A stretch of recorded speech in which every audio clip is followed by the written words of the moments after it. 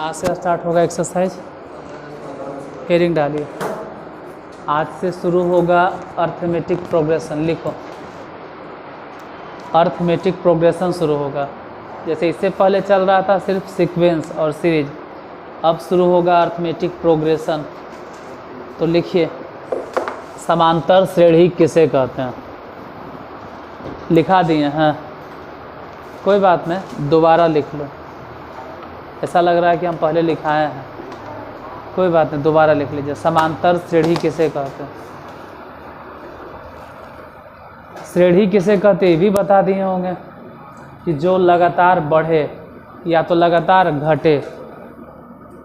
श्रेणी का मतलब होता है सीढ़ी, या तो बढ़ना या तो घटना। अनुक्रम में क्या होता है कि बढ़ रहा है घट रहा है, घट रहा है बढ़ रहा है, बढ़ रहा है घट रहा है। तो उसको आप अनुक्रम तो कह सकते हैं लेकिन श्रेणी नहीं कह सकते हैं। लिखो समांतर श्रेणी वैसा श्रेणी जिसमें लगातार दो पदों का अंतर समान होता है, या फिर ऐसे बोलो वैसा श्रेणी जिसमें प्रत्येक दो लगातार पदों का अंतर समान होता है, उसे समांतर श्रेणी कहते हैं।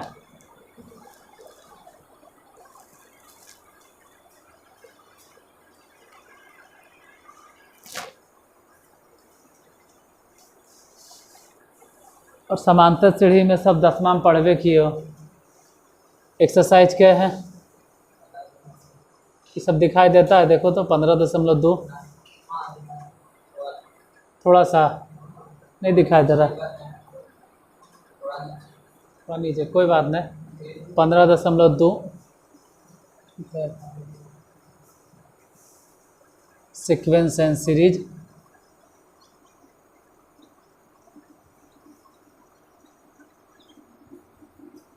केसी Sinha 11th class. Question number first. ये शुरू करने से पहले हम बता दें कि एपी में टीएन बराबर सूत्र होता है A plus N minus 1 into D. और यूट्यूब पे भी कम से कम एपी में खाली 5-6 को क्लास होगा। वन शॉट फिर अलग से अर्चना बैच, केसी सिन्हा।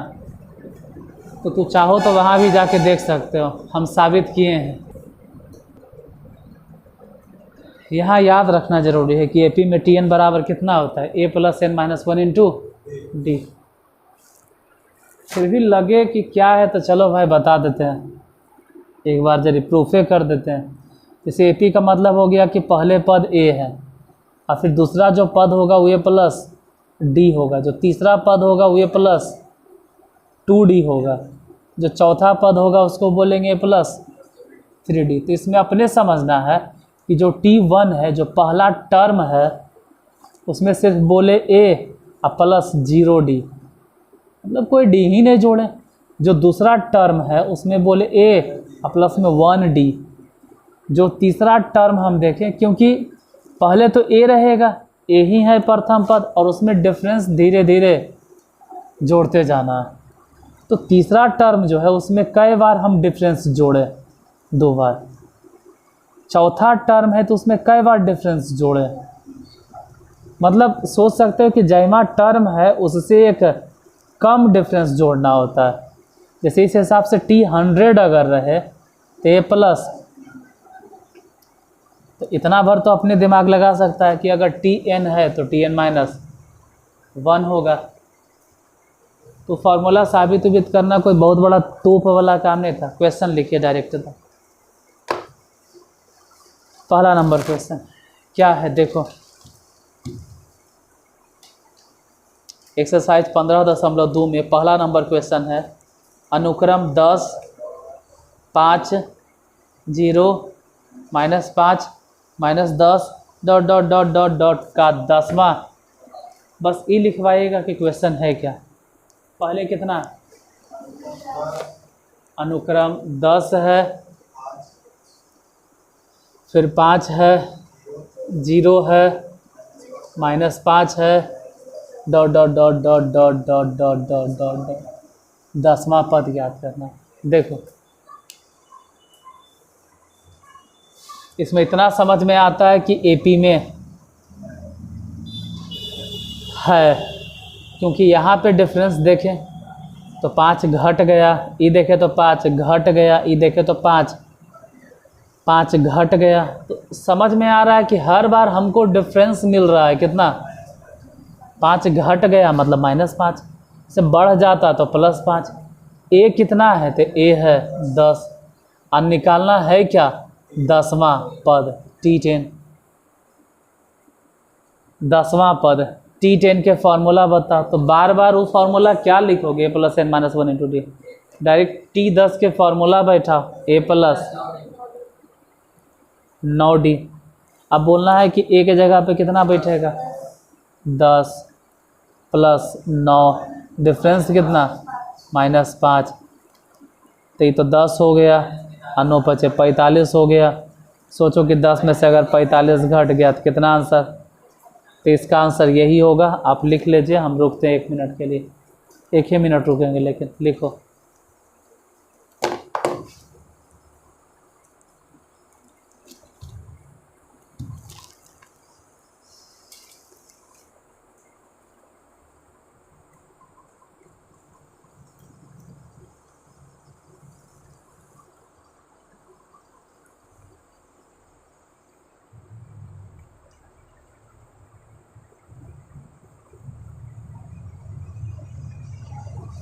इसी तरह से फिर अगला क्वेश्चन है दूसरा के फर्स्ट, उसमें वेतन उतन करके कुछ दे रहे हैं। जैसे कोई आदमी है जिसका वेतन इस तरह से है कि स्टार्टिंग में उसको 5000 मिलेगा और फिर हर महीने या हर साल, अच्छा हर साल पहले वेतन मिलेगा 5000, ठीक है, और फिर 1 साल के बाद उसका वेतन हो जाएगा 500 बढ़ जाएगा, और फिर उसके बाद अगले साल बाद फिर 500 उसका वेतन बढ़ जाएगा, फिर अगले साल उसका वेतन 500, मतलब हर साल उसका वेतन 500 बढ़ते जाएगा। अगर आपके पास किताब है तो देखिए, ऐसे हम बोल देंगे, लिखेंगे हम हर बार में दूसरा के फर्स्ट, हम बोल भले देंगे कि कोई व्यक्ति, इस तरफ लिखल है, कोई व्यक्ति वेतनमान 5000 से 500 से 10,000, हम बोल दिए हैं कोई व्यक्ति वेतनमान 5000 से 500 से 10,000 पर 10,000 रुपये के अंतर्गत नियुक्त किया गया, तो कितने वर्षों में वह महत्तम वेतन प्राप्त करेगा।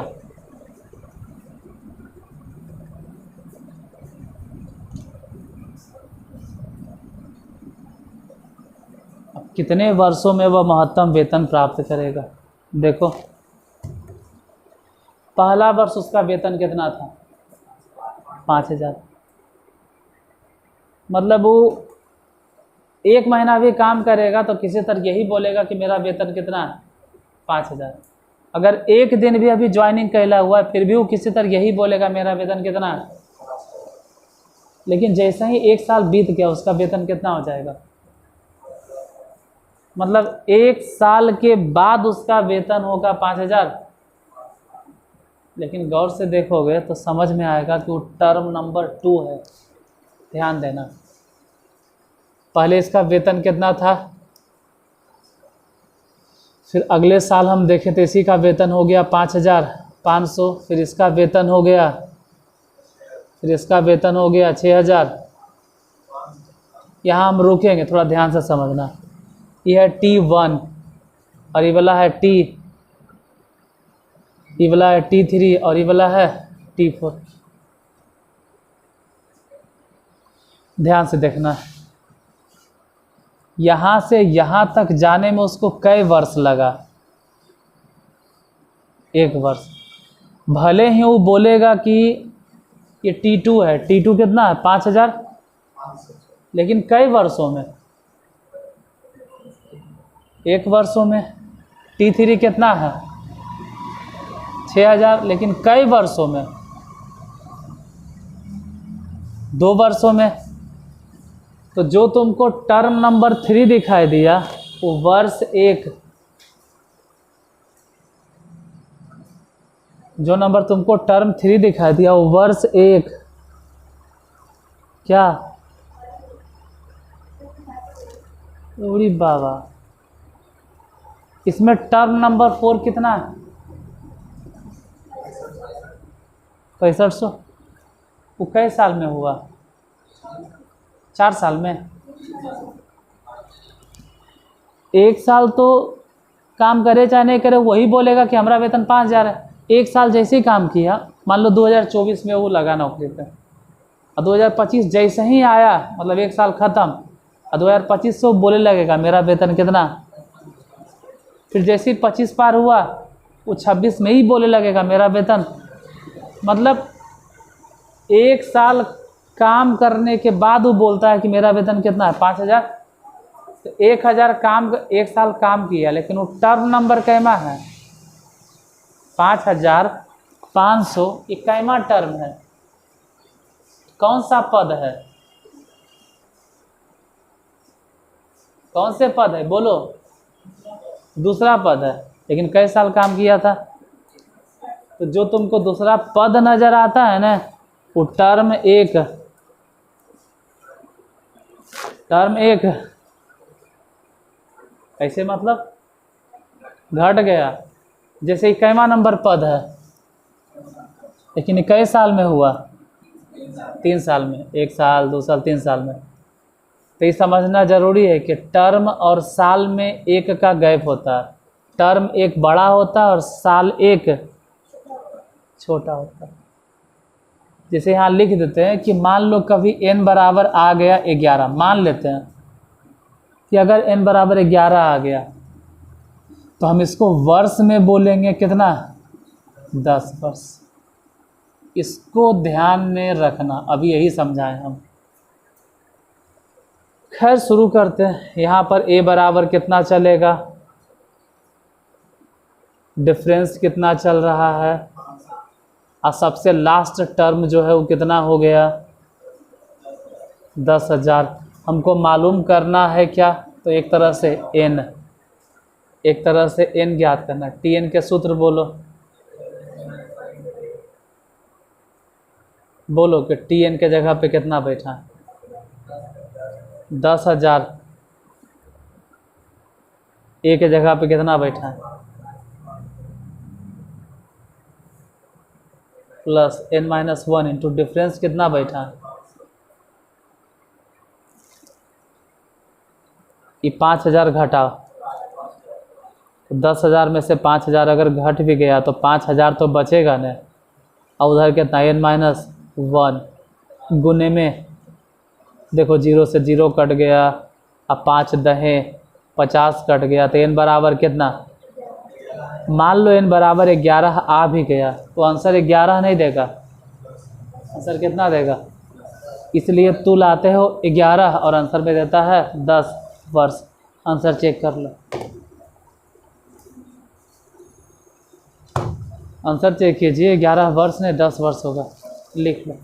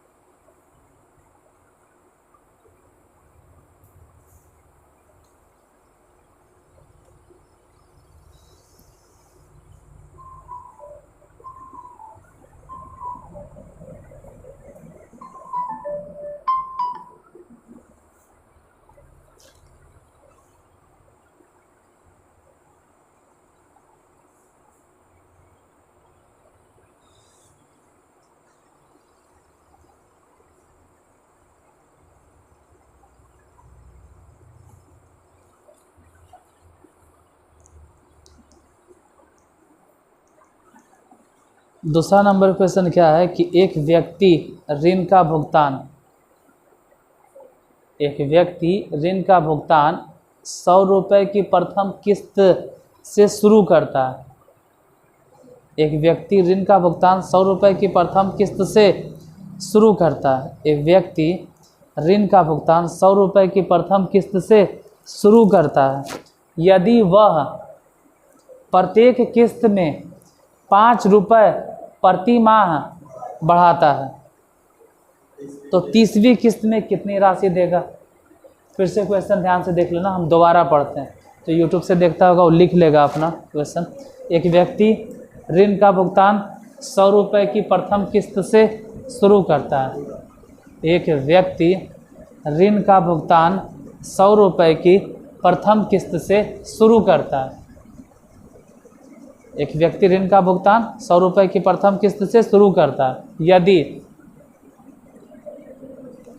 वह प्रत्येक किस्त में 5 रुपये की वृद्धि करता है या 5 रुपये प्रति माह बढ़ाता है तो 30वीं किस्त में कितनी राशि देगा। यही है, 30वीं किस्त में कितनी राशि देगा। देखिए दूसरा नंबर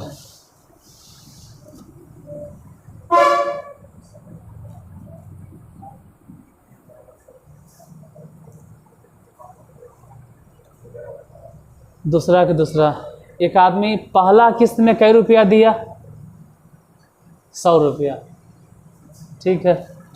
उसके बाद जो दूसरा किस्त है उसमें कितना रुपया दिया। इधर देखो, इधर छापे में लगल रहता है, खाली कॉपी छाप के भर देना है। दूसरा किस्त में कितना देगा बोलो तो।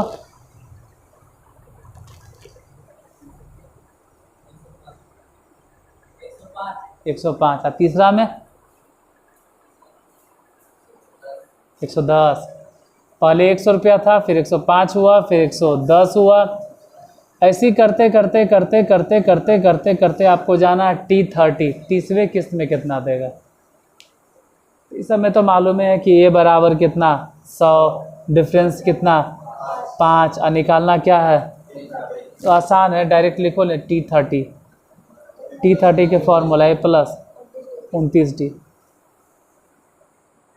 A मतलब 100, 29, D मतलब कितना 5, डिफरेंस तो 5 है ना है। हम चाहें तो लिख सकते हैं कि A बराबर 100, डिफरेंस इसमें 5, और निकालना है हमको T30। तो फिलहाल तो 100 और 29 बचे 45 से, मतलब 145, दोनों को जोड़ दो तो 200, यही आंसर होगा। अब छाप लो, लेकिन जल्दी छापो।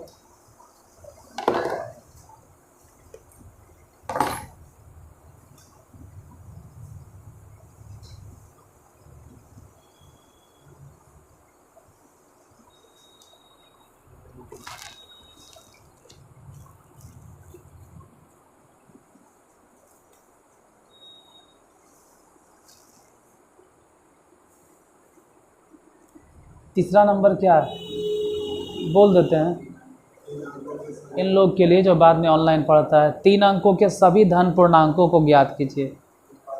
3 अंकों के सभी धन पूर्णांकों को ज्ञात कीजिए। जिनके पास नहीं हो उसके लिए बोल देते हैं। 3 अंकों के सभी धन पूर्णांकों को ज्ञात कीजिए। 3 अंकों के सभी धन पूर्णांकों को ज्ञात कीजिए जो 5 से विभाज्य है। 3 अंकों के सभी धन पूर्णांकों को ज्ञात कीजिए जो 5 से, लिखा तुम लोग के पास तो किताब है। 3 अंकों के सभी धन पूर्णांकों को ज्ञात कीजिए जो 5 से विभाज्य है। 3 अंकों के सभी धन पूर्णांकों को ज्ञात कीजिए जो 5 से विभाज्य है।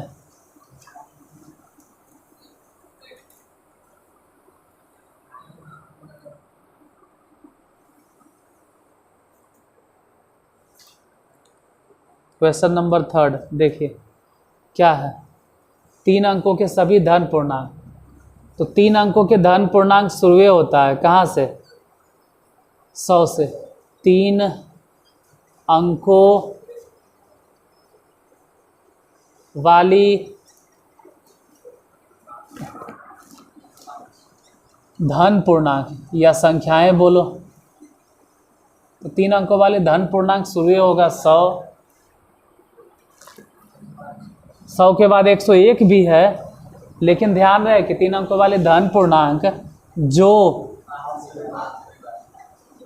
5 से विभाज्य है, मतलब ऐसा नहीं कि 100 के बाद 101, 102, 103 ऐसा नहीं बोलना है। 100 है, ये 5 से कट जाएगा और इसके बाद है 105, फिर 110, फिर 100, इसी तरह से लास्ट अगर देखा जाए तो 995 तक जाएगा, अंतिम 995।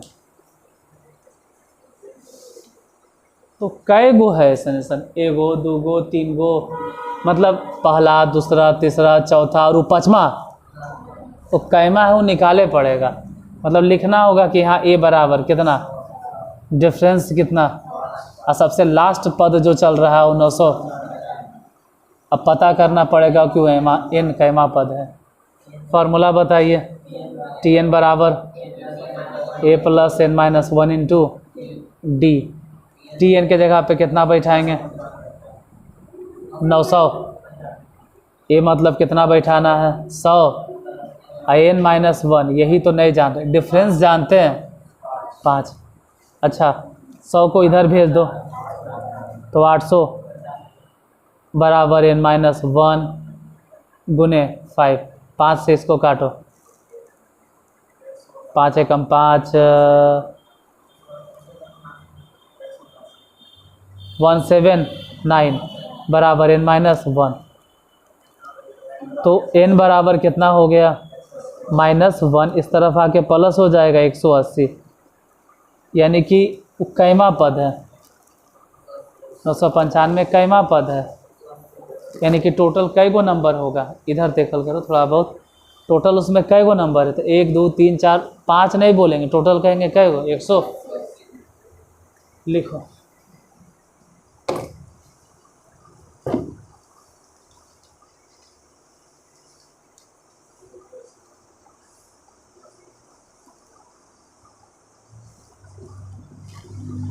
मान के चलिए कि सब 10वें वाला एक तरह से रिवीजन है, जो 10th क्लास में पढ़े हो उसी का रिवीजन है ये।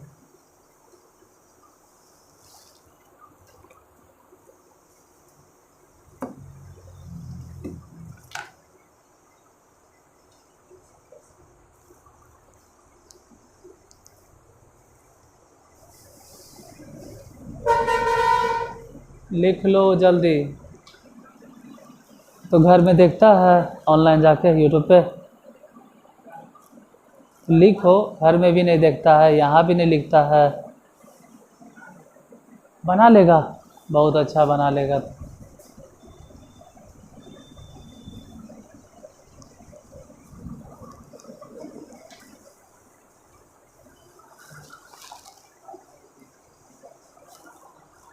क्वेश्चन नंबर 4 बोल देते हैं इन लोग के लिए, जिसके पास किताब नहीं होगा आप सुन के लिख लीजिए। किसी अनुक्रम का सातवां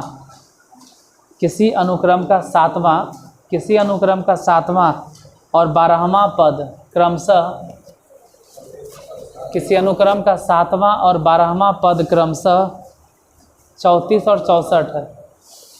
लिखवा देते हैं, कुछ पैसा होगा जिसके पास किताब नहीं होगा। तो किसी अनुक्रम का 7वां तथा 12वां पद क्रमशः 34 और 64 है।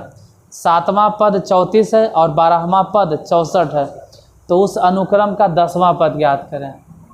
उस अनुक्रम का 10वां पद ज्ञात करें।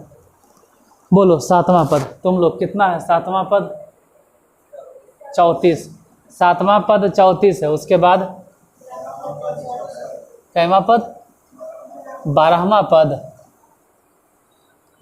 पद 64 है, तो निकालना क्या है 10वां पद।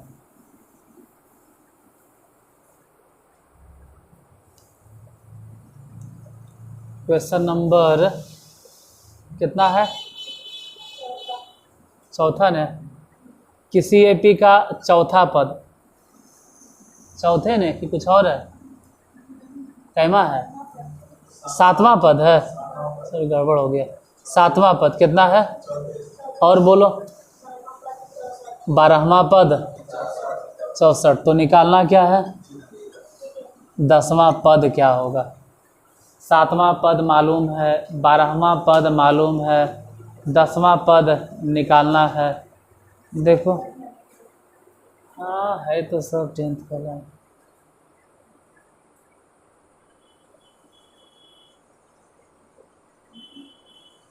देखो T7 के फॉर्मूला, T7 के फॉर्मूले होता है A+6D बराबर, चाहो तो लिख दो समीकरण फर्स्ट, इधर देखो इधर T12 के फॉर्मूला A+11D बराबर, इसको लिख दो समीकरण सेकेंड। अब घटाओ, माइनस माइनस माइनस, A से A कैंसिल हो गया, 6D में से 11D घट गया तो -5D। उधर सोचो 34 में से अगर 64 घट गया तो -30, माइनस से माइनस कट गया, 5 से 1 कट गया, D बराबर कितना 6। D बराबर जितना भी आ गया, इस D का मान समीकरण फर्स्ट में या सेकेंड में जहाँ रखना है रखो। समीकरण फर्स्ट में रखने पे रखिए, समीकरण फर्स्ट में पहला समीकरण कितना है A, तो A रह जाएगा +6 तो 6 हो जाएगा, और D मतलब कितना 6, क्योंकि D का मान 6 था, तो जहाँ D देखे वहाँ पे हम 6 बैठा दिए, बराबर 34। बताइए कि ये बराबर कितना लिखें, 34 में से घट जाएगा कितना 36, तो ये बराबर कितना आ गया। A आपके पास है, D आपके पास है, निकालना है क्या T10। अब T10 के फार्मूला क्या होता है बोलो, कितना A+9D, A मतलब कितना -2 +9, D माने कितना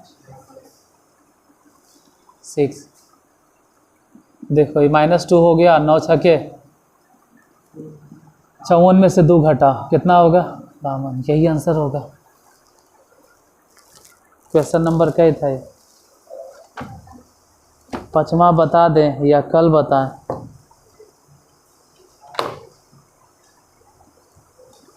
किसी बैंक में रखा गया रकम 4 वर्षों में, देखते हैं कितना टाइम हुआ 1200। देखो 4 वर्षों में कितना हो गया,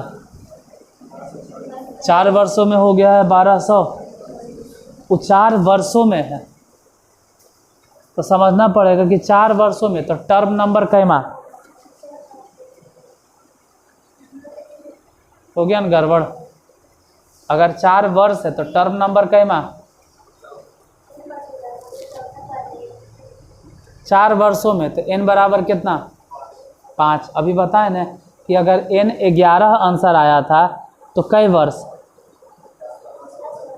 अरे वर्ष छोटा होता है आइए ना, क्योंकि शुरू वाला टर्म जो है ना उसको हम लोग वर्ष में गिनते उनते नहीं हैं। तो जो तुमको लग रहा है कि टर्म नंबर 1 है वो वर्ष नंबर 0 है, और जो तुमको लग रहा है टर्म नंबर 4 है वो वर्ष नंबर, जो लग रहा है टर्म नंबर 5 है वो वर्ष नंबर। तो जितना टर्म होता है वर्ष उससे छोटा, इसमें खुद दिले है 4 वर्ष, तो अगर इसमें 4 वर्ष दिए हुए तो तुम टर्म कितना मानोगे 3, टर्म मानना पड़ेगा 5। फिर दिले है 10 वर्ष, तो 10 वर्ष को टर्म कितना मानेंगे 11, तो बता दें। चलो क्वेश्चन लिखवा देते हैं।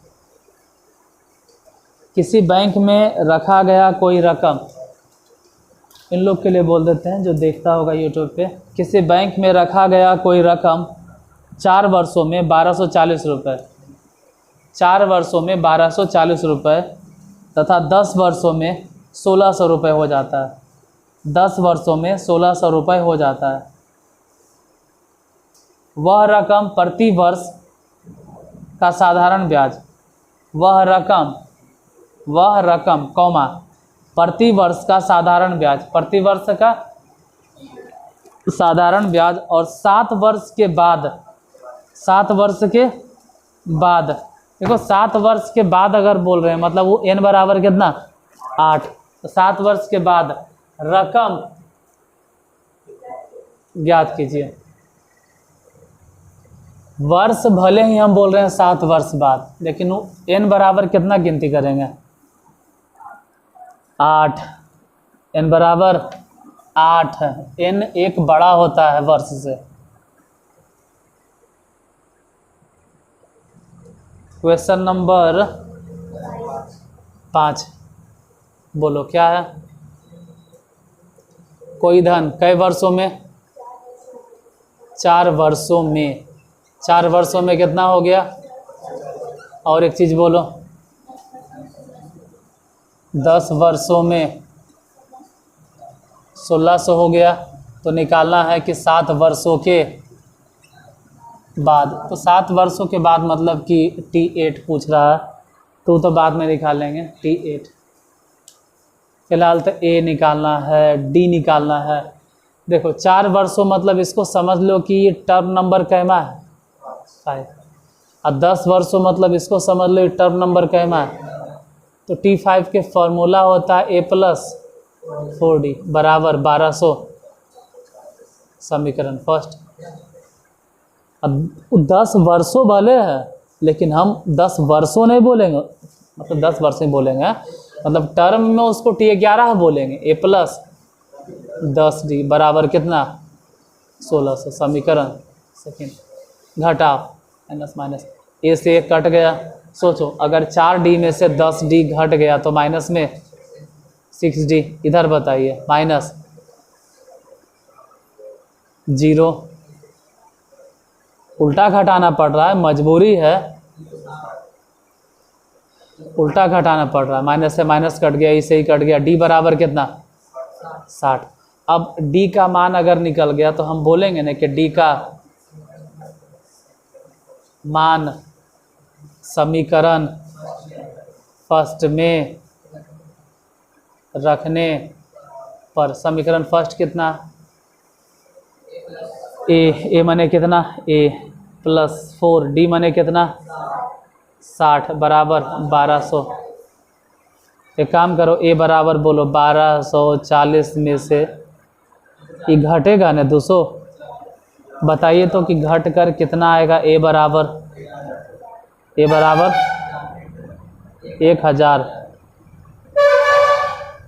2 को तो आंसर आ गया। पहले पूछ रहा था कि बताइए कि बैंक में कितना रुपया जमा किया था, तो शुरू में वो कई रुपया जमा किया होगा? 1000। और उसको ब्याज कितना मिलता होगा हर साल? 60 रुपये। फिर कह रहा है ठीक है, ये सब आप बता दिए कि वो जमा किया था, बैंक में जमा किया था 1000, हर वर्ष उसको ब्याज मिल रहा था 60 रुपये। फिर लगले ये भी बताइए कि 7 वर्ष के बाद कितना हो गया उसका राशि। तो 7 वर्ष के बाद जो बोल रहे हैं उसको हम लिखेंगे T8, और T8 के फॉर्मूला A+7D। कुछ स्टूडेंट या कुछ टीचर गलती कोची करते हैं जहाँ पे, देखो यहाँ पे गलत क्या कर देंगे कुछ लोग, यहाँ 4 वर्ष को ही मान लेंगे T4, और फिर 10 वर्ष को ही मान लेंगे T10। मतलब कुछ टीचर ही गलती करते हैं, T10 एकरा मान लिए और T4 एकरा मान लिए। तो वैसे में तो तुम्हारा A आ जाएगा, हो सकता है D भी आ जाए। ऐसे तो D ही आएगा, A नहीं आएगा। कम चांस है कि A आंसर आवे, हो सकता है कि A आ जाए, लेकिन T8 तो गारंटी के साथ कहते नहीं आएगा। A ही नहीं आएगा, T8 क्या, D तो आ जाएगा। D तुम्हारा आंसर आ जाएगा 60। 100 में से 50 टीचर यही गलती करते हैं। 4 वर्ष को सीधे मान लेते हैं T4 और 10 वर्ष को सीधे मान लेते हैं T10। 50 टीचर ही गलती करते हैं, और 100 में से तो 95 लड़का ही गलती कर देता है कि T4 को 4 वर्ष। 95% लड़का गलती करता है, जिसमें 50% तो टीचर होते हैं। कि 4 वर्षों को मानना पड़ेगा आपको क्या, T5, और 10 वर्षों को मानना पड़ेगा T11। खैर इतना बोल दिए, बहुत हो गया। A मतलब बोलो 7, D मतलब बोलो 1000 है। बताइए यही कितना, जोड़ के बोलो तो कितना, यानी कि 7 वर्षों के बाद उसका जो राशि होगा वो 1400। 1 से लेके कहाँ तक बताएं, 5 तक। इसके आगे फिर 6 से लेकर 10 तक अब हम बताएंगे कल। आ जाइए सर।